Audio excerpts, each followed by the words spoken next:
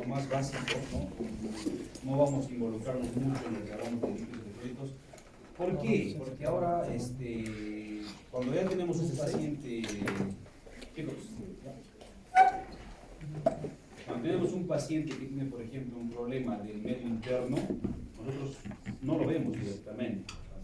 Hacemos la interconsulta a que lo vea el nefrólogo, que lo vea el intensivista, sobre todo, porque eso maneja muchísimo en la UCI, ¿ya? O si no tienes a la mano, pues bueno, de repente un médico internista que te puede más o menos ayudar a orientar. ¿Ya? Nosotros no vamos a hacer una corrección directa, ver cómo está el medio interno. O sea, sí vamos a dar el manejo inicial, pero el tratamiento definitivo no lo vemos nosotros en cirugía. ¿Ya? O sea, esto tiene que mandarlo al especialista para que te pueda orientar, guiar y mejorar el tratamiento de este tipo de pacientes. Entonces, cuando hablamos de líquidos electrolitos, va básicamente a cuánto tú estás dándole de volumen a un paciente. O sea, un paciente cuánto de requerimiento tiene de líquidos, cómo está, ¿no es cierto?, los electrolitos que puede tener un paciente, porque no a todos los pacientes quirúrgicos les vamos a pedir un balance, hemos dicho, y no a todos los pacientes les vamos a pedir, por ejemplo, un control de AGA y electrolitos. O sea, no todos necesitan, ¿eh? La mayoría de los pacientes no necesitan, yo les diría el 97% siquiera de los pacientes de cirugía no necesitan eso. Es un porcentaje muy chiquito los que sí necesitan un monitoreo y una manipulación de repente especial por otro médico en este caso. Esto ya lo saben, más o menos la composición de agua, más o menos el 60% del peso corporal. Mientras más joven eres, vas a tener más cantidad de agua, entonces más adulto tienes menos proporción de agua, ¿no? Entonces, sabemos la distribución que tenemos, ¿no es cierto?, del volumen de agua, ¿no? En la parte del intracelular el 40%, el extracelular 20%, 5% en el plasma y 15% en el líquido intersticial, ¿no? Entonces, de acá vamos a recordar básicamente que en los cationes, en la parte del plasma es más frecuente la cantidad de la proporción del sodio, y en la intracelular en los cationes como el potasio, ¿no? Los parámetros, los valores ya lo conocemos. Esto sí tenemos que tener un poquito en cuenta, ¿no? El intercambio de agua. Más o menos nosotros consumimos entre 2 litros de líquidos por día, de los cuales 1500 vienen de la ingesta y el resto del metabolismo de los sólidos. Entonces, si tu paciente no va a tener una ingesta de lo mínimo, va a tener más tendencia primero a la deshidratación, a la depresión y después también a la desnutrición, porque también va a ir junto, ¿no es cierto?, lo que es el aporte de volúmenes que estás dando a tu paciente con la respuesta metabólica para la nutrición más adelante, ¿no? Entonces, también tienes que ver esto, cuánto de pérdidas diarias tiene. O sea, un paciente más o menos va a eliminar 250 ml con las heces, 1500 por la orina y 600 ml de pérdidas insensibles entre la piel, ¿no es cierto?, el 25% y el pulmón 75%. Pero eso va a ser muy variado, porque si tu paciente tiene, por ejemplo, mucha poliuria, tiene mucha polidipsia, si tiene problemas de ansiedad, si tiene mucha sudoración, si hace fiebre tu paciente, entonces ya el volumen es diferente. O sea, ahí tenemos que manejar lo del balance que vamos a tener con este tipo de pacientes. Entonces el cálculo de líquidos más o menos es lo que comentábamos en la primera clase, ¿no? 35 ml por kilo día, ¿no?, en promedio en los niños, y 50 ml por kilo peso día en los adultos, a excepción de los pacientes, como les dije, que tienen obstrucción intestinal y pancreatitis. Acá sí el volumen es más alto. O sea, la hidratación en esos pacientes le damos 50, 60, hasta 70 ml por kilo día, ¿no?, porque tenemos que darle más volumen para estas dos patologías. ¿Qué más? Los factores importantes de la enfermedad de VAS, obviamente, si tu paciente tiene diarreas, tiene vómitos, por otra causa, sea la que sea, o sea, no estamos hablando quirúrgica, se tiene que reponer el volumen que está perdiendo el paciente.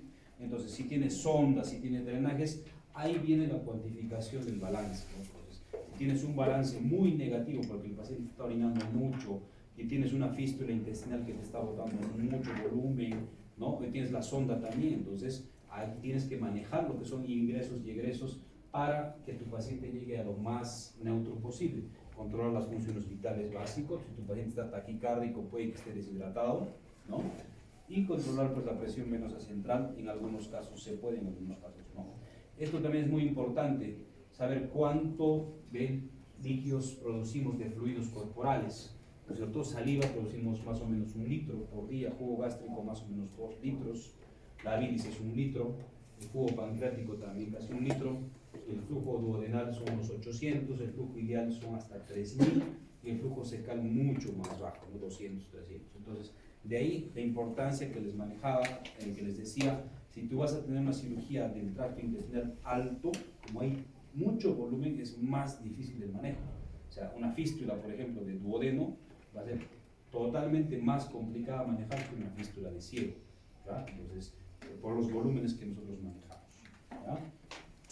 Entonces, deben aportarse más o menos 1500 ml. Para dar el soporte que necesitamos, básicamente hacemos esta fórmula: peso por 4 más 7 entre el peso más 90, que más o menos en un paciente estándar te va a dar unos 1500.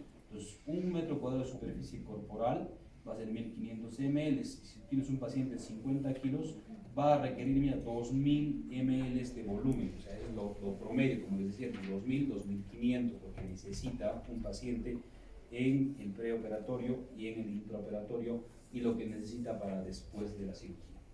Entonces, acá vamos a ver, si tu paciente tiene déficit de volumen, ¿no es cierto?, va a bajar de peso, va a estar taquicárdico, como les dije, va a estar hipotenso, va a haber un colapso de las venas del cuello, no va a orinar, va a estar en oliguria y probablemente hace que el intestino se edematice, va a haber un hilo, ¿no?, por falta de volumen. Y exceso de volumen, ya tu paciente va a tener aumento de peso, va a estar edematizado, aumento de la presión venosa central, edema intestinal, edema pulmonar. Entonces, acá tenemos que tener un poquito de cuidado en los pacientes de edades extremas. O sea, un paciente muy joven, un paciente muy anciano, no podemos darle sobrecarga porque lo podemos encharcar, ¿no es cierto? Te va a dar un edema pulmonar y también no nos conviene ese tipo de respuestas.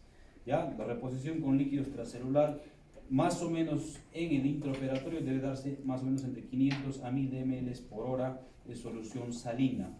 Dependiendo si va a ser una cirugía muy larga, entonces ahí el volumen le aumenta. El anestesiólogo en promedio le coloca 1500 ml de volumen por cada cirugía, ¿ya?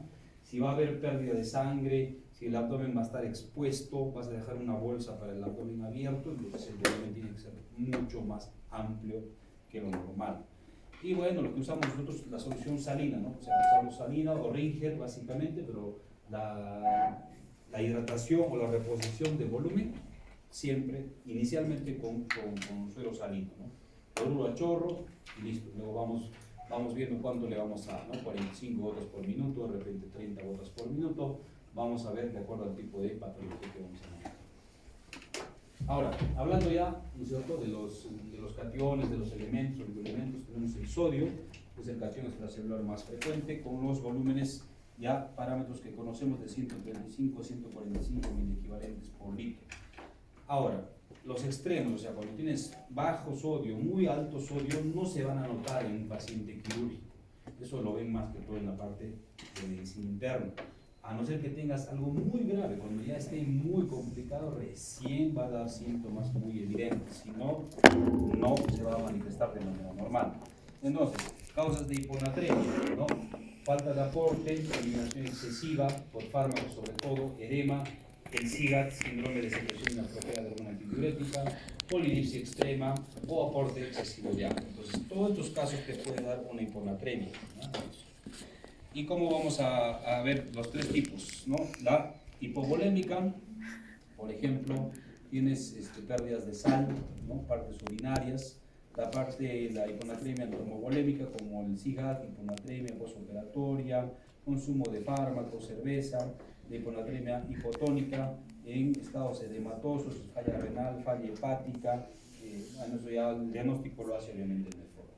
Ahora, los síntomas de hiponatremia son muy inespecíficos, como les dije, pero puede dar sacudidas, calambres, convulsiones, hiperreflexia, arreflexia. Y siempre hay que hacer con una determinación sérica de sodio, o sea, electrolitos, ¿no es cierto? Tenemos que tener a la mano. Ahora, no siempre tenemos eso en el hospital, eso también un poquito te puede retrasar el diagnóstico y el tratamiento. Entonces, la fórmula para corregir esto es el sodio requerido igual al agua corporal total por el sodio que te está mandando en ese momento el resultado menos el sodio que tú estás esperando. tenemos que dar, obviamente, una reposición paulatina.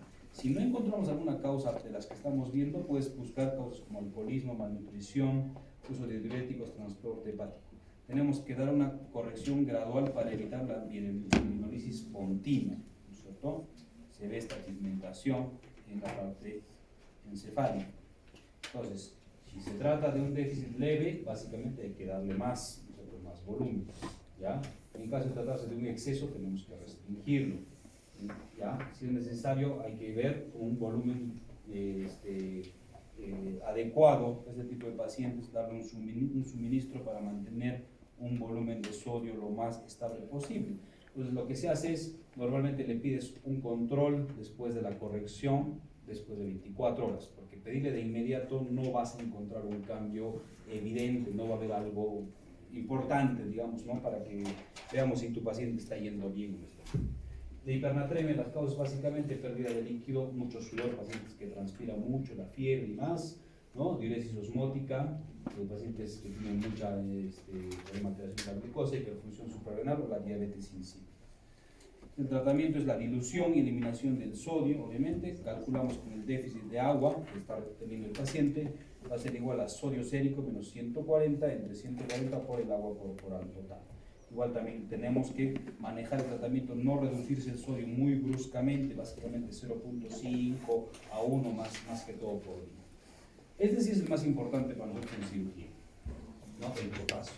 El principal cation en el cuerpo, ¿no? 98% es intracelular, y el volumen básicamente lo que manejamos en el extracelular es 4.5. Si tienes un potasio de 4.5, estás manteniendo un buen parámetro, un paciente que va a entrar, por ejemplo, en una cirugía de resección intestinal o una cirugía grande, ¿ya? Entonces, acá más o menos vemos que la ingesta diaria en promedio es de 50 a 150 miliequivalentes y se excreta por la orina. Entonces, la hipopotasemia es lo que más nosotros vemos en los pacientes posoperados. Cuando tienes menos de 3.5, entonces ya tenemos que tener un poquito de cuidado para estos pacientes, ver si vamos a dar una reposición o algo está pasando, cuál es la causa de la hipocalemia. ¿No? Las causas más frecuentes, las pérdidas gastrointestinales, muy frecuente por vómitos o diarreas, más que todo en los vómitos, pacientes que nosotros manipulamos intestino, manejamos estómago y más, hay mucha tendencia a la emesis. Entonces estos pacientes te pueden hacer hipocalemia. Pérdida renal, alcalosis metabólica, consumo de diuréticos, ¿no? Excesivo control de corticoides y más, y los cambios extracelulares como alcalosis aguda o tratamiento con insulina. Básicamente en postoperatorio por los vómitos de los pacientes. El tratamiento cuando es leve, básicamente hay que eliminar la causa. Ya no debemos infundir potasio en las primeras 24 horas cuando un paciente está muy grave, está en la UCI, está postrado, está en trauma shock, no le podemos dar infusión en ese instante. Y el ritmo de infusión no debe ser mayor a 10 miliequivalentes. Lo bueno es que esto sube, o sea, cuando tú le colocas un reto de potasio, ¿no es cierto? El paciente normalmente va a corregir a las 8 horas después de la ingesta, de la aplicación, pero como les digo, no le hacemos un control de inmediato, porque tenemos que más o menos esperar un tiempo prudente. Entonces, para incrementar un miliequivalente de potasio sérico, debemos de administrar 100 miliequivalentes del mismo potasio, ¿no? Y realizar controles de electrocardiograma durante el tratamiento. Los pacientes normalmente tienes un potasio, por ejemplo, en 2.5, le colocas 3 retos de potasio y te va a subir a un parámetro de 3.5, 3.8, 3 o casi 4, ¿no?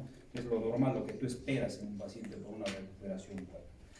Y la hipercalemia, de potasemia, cuando es más de 4.5 miliequivalentes, puede ocurrir en individuos con insuficiencia renal, insuficiencia suprarrenal, hemólisis, acidosis o traumatismos muy graves, ¿ya? Puede existir pseudo hiperpotasemia, también pacientes que tienen mucha leucocitosis en parámetros de hemogramas leucemoides, ¿no? Cuando tienes unos leucocito muy alto, también te puede dar una simulación de eso. Entonces, cuando tienes hipocalemia vas a tener tendencia a que las ondas T sean más bajas, y cuando tienes hipercalemia tienes más tendencia a ondas T muy picudas, ¿no es cierto? Entonces, que se puede incluso sospechar que una otra patología cardíaca más grave, ¿ya?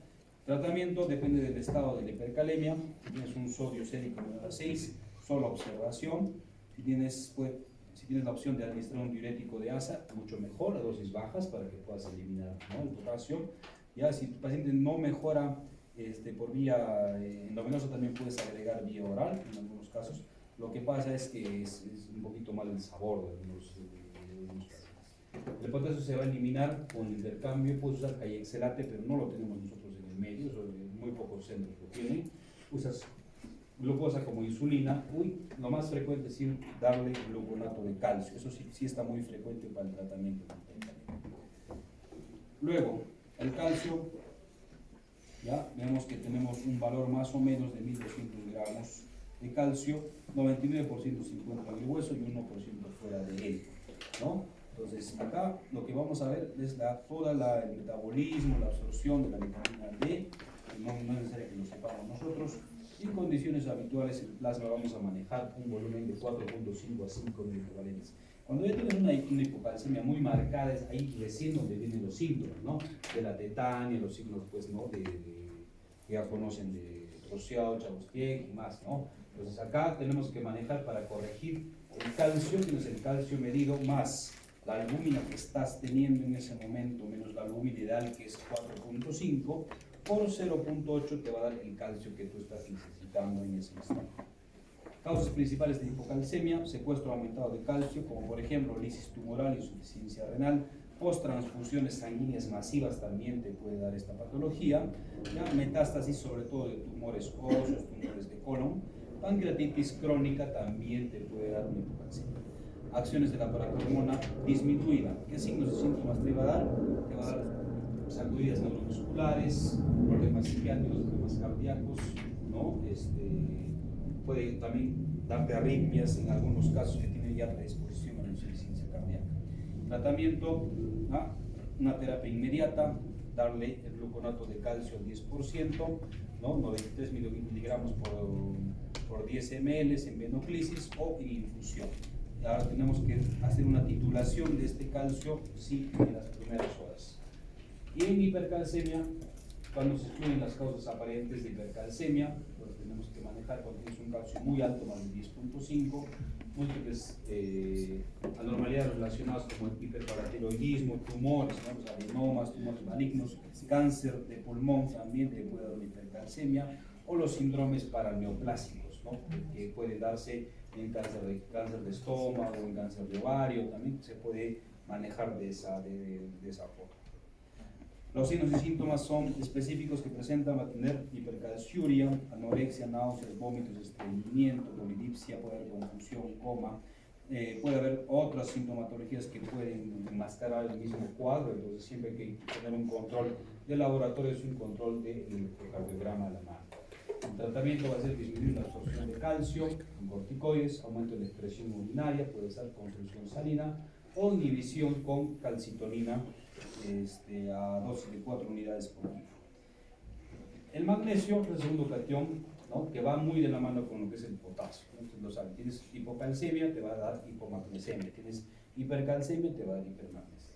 O sea, es por eso que solito como tal nosotros no lo manejamos o no le damos, digamos, la importancia necesaria en este caso, ¿ya? Entonces acá lo que vamos a manejar cuando hay una hipomagnesemia, cuando tienes valores muy bajos, entre 1.6 y 1.9, las causas más comunes igualito, las causas gastrointestinales, ¿no? Aumento de la secreción, vómitos también puede darse, las manifestaciones clínicas puede haber depresión, debilidad muscular, ataxia, convulsiones, hiperreflexia, náuseas y vómitos. El tratamiento, básicamente cuando hay excesiva convulsión o excesivas arritmias, le vas a dar tratamiento con sulfato de magnesio. Esto también se usa en patología obstétrica, que lo van a ver más adelante, ¿no? También, ¿ya? ¿Qué más? La hipermagnesemia, ¿no? Tienes parámetros más de 2.000 equivalentes por litro en pacientes que tienen insuficiencia renal. ¿Y qué cosa va a manifestarse? Con sintomatología neuromuscular, cardiovasculares, cuando los parámetros son muy altos, más de 4.000 equivalentes por litro. Tratamiento va a ser calcio antagonistas, ¿no? Que tienen pacientes con problema renal más avanzada, le puede estar una hemodiálisis para también corregir este parámetro. Fósforo, básicamente lo vemos cuando un paciente tiene una necesidad de una nutrición parenteral, para que el paciente, para que el intensivista le haga una formulación, te va a pedir zinc, calcio y fósforo. Eso, los resultados para que le coloque en la bolsa, de cuántos aminoácidos más le va a poner, cuánto de oligoelementos le va a poner en la bolsa. Si no, prácticamente nosotros ni lo vemos instalado. ¿Ya? Entonces acá vemos que se encuentran los huesos en los dientes, un 14% en tejidos blandos y en líquido plasmático. Entonces la hipofosfatemia, ¿no? Cuando tienes concentraciones muy bajas de 1 a 2.3 miligramos por decilitro, y los síntomas son muy variados, ¿no? Confusión, convulsiones, dolor torácico, dolor muscular, trastornos de la función leucocitaria, problemas respiratorios también te puede dar, ¿no? Y en casos muy extremos ya pues el tema del coma. Tratamiento, cuando es leve o asintomática, incrementar la ingestión, la ingesta, ¿no? En casos más graves ya puedes darle administración de fosfatos con vigilancia obviamente de los efectos secundarios. En la hiperfosfatemia, ¿no? Cuando tienes parámetros más de 4.5, la primera complicación puede dar por problemas de metástasis, y acá el tratamiento va a ser uso de antiácidos, ¿no? Lo que tenemos el aluminio, lo que es el magaldrato, ¿no? Hay, los jarabes que se usan incluso en la parte gástrica también se puede usar en este tipo de patologías, ¿no? Y en casos muy extremos, diálisis peritoneal. Lo importante es tener esto, ¿no? El equilibrio ácido-básico. Entonces, cuando tú tienes un pH muy básico, o sea, muy estable, entre 7.35 y 7.45, no vas a tener problemas en el postoperatorio. Los dos extremos, hacer mucha alcalosis o mucha acidosis, es malo para un paciente postoperado. Peor si es una acidosis. O sea, cuando un paciente entra a una sepsis, por ejemplo, un shock séptico, va a tener mucha acidosis metabólica. Los pacientes van a tener acidosis metabólica muy marcada, con bicarbonato muy bajo, el pH en 7.3, 7.2. Entonces ahí vemos que tu paciente no está en un estado muy bueno. Hay que corregir ese medio interno, sacar el foco subyacente que está causando la acidosis, y ahí tu paciente va a tener un mejor pronóstico. Porque hemos visto que tener, ¿no es cierto?, parámetros de lo que es el medio interno va a variar de acuerdo a la altura. Cuando tú sacas un AGA va a ser diferente, igualito, tener un pH en una ciudad a nivel del mar, una ciudad muy alta. El bicarbonato también puede manejarse un poquito, la concentración del FiO2 también va a ser diferente, ¿no es cierto? Entonces acá tenemos un AGA. Entonces, ¿qué tenemos que ver en un AGA cuando nosotros manejamos? Lo importante es el pH, el PO2, ¿no es cierto? Y ver el bicarbonato y el lactato. Eso es lo que nosotros vamos a manejar. Ya los electrolitos, como el sodio, potasio, el calcio, el cloro, eso también lo vemos, pero eso pasa a un segundo plano cuando estamos manejando, por ejemplo, un paciente de sepsis, ¿no? Entonces, ver que si tu paciente tiene un pH controlado, un bicarbonato controlado y un lactato normal, entonces probablemente no va a tener un problema grave. Si tienes un bicarbonato muy bajo, un pH muy bajo y un lactato muy alto, tu paciente está en una sepsis muy importante y probablemente tiene el pronóstico muy mal, ¿ya? Entonces, las causas para lo que es los extremos, ¿no es cierto? Causas de acidosis metabólica, ¿no? Muchas. Ingesta exógena de ácido, metanol, cetoacidosis, acidosis láctica, insuficiencia renal, ¿no? Que tengas pérdidas de bicarbonato, acidosis tubular renal. Causas de alcalosis metabólica, como por ejemplo, exceso de corticoides, consumo excesivo de diuréticos, consumo de bicarbonatos, disminución de la filtración glomerular y más. Causas de acidosis respiratoria, mucha hipoventilación, ¿no? Narcóticos, drogas, lesiones del sistema nervioso central alto, ¿no? Que tienes en la parte pulmonar tapones de moco, neumonías importantes, derrames pleurales, atelectasias importantes también. Ahora, en la parte abdominal ponen mucha distensión que no va a hacer que el paciente ventile bien, ¿no? Tumores intraabdominales, síndrome compartimental, digamos, continuo, ascitis, o cuando tienes un paciente múltiple operado que te va a hacer también distensión abdominal. Causas de alcalosis respiratorias, fiebre, el tabaco, el asma, uso de ventiladores y más. Entonces, lo importante es manejar y recordar esto. Entonces, cuando tú tienes una acidosis respiratoria, tienes el pH bajo, ¿no es cierto? El PCO2 está alto y el bicarbonato normalmente está compensado. En una alcalosis respiratoria, el pH está alto, el PCO2 está bajo y el bicarbonato está normal. En una acidosis metabólica, tienes el pH bajo, el PCO2 normal, y el bicarbonato también tiene tendencia a estar más bajo. Y en la alcalosis metabólica el pH está alto, el PCO2 normal, y el bicarbonato también tiene tendencia a aumentar, dependiendo si tienes algunos, puede ser mixto, ¿no? Una acidosis mixta también puedes tener y más. El tratamiento, ¿no? Básicamente por una acidosis metabólica, bloquear el agente causal, corregir la hipercalemia si vas a tener, si va a requerir glucosa, insulina, bicarbonato, hemodiálisis, ¿no? O una ventilación mecánica también tenemos que dejar. En la alcalosis metabólica, suero salino, retirar los diuréticos, usar alcalinitos H2, tratar la etiología, usar diuréticos como la espironolactona. En acidosis respiratoria, si es muy agudo, tratar la enfermedad subyacente, aumentar el oxígeno, disminuir el PCO2. Si es crónica, oxigenación adecuada. Los pacientes que tienen problemas de hipoventilación, pues tienes que tener oxigenación prácticamente de manera continua. Evitar los sedantes también. Y en la clase respiratoria, tratar la causa subyacente, ventilación dentro de una bolsa, un cierto de papel, ¿no? Para que el paciente no esté con el problema de retención de seros. Y en caso de que tengas un pH muy alto también, ¿ya? Puedes utilizar la misma medida. Entonces esto ya lo han visto, ¿no es cierto? Lo conocen cómo manejar. Lo importante, como les decía, es para el tema de cirugía, cuando tienes una acidosis metabólica muy marcada, muy importante, entonces tienes que corregir rápidamente la causa, porque tener una acidosis, como hemos dicho, te va a dar la triada de la muerte, ¿no? Acidosis, ¿no? Hipotermia con neuropatía, es malo para el paciente, el pronóstico es mucho peor en este tipo de pacientes, ¿ya? Y creo que eso es todo. ¿Alguna duda, chicos? ¿Sí? Ya. ¿Sí, no hay? Chicos, por favor, vengan los que están rotando la cirugía la semana que viene.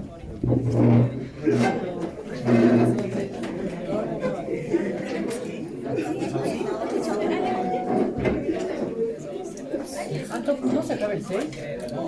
¿Por qué?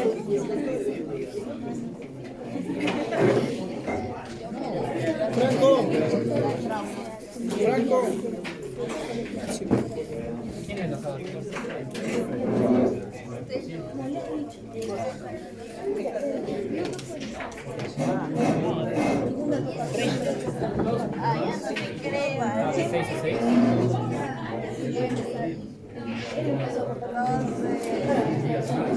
Vale.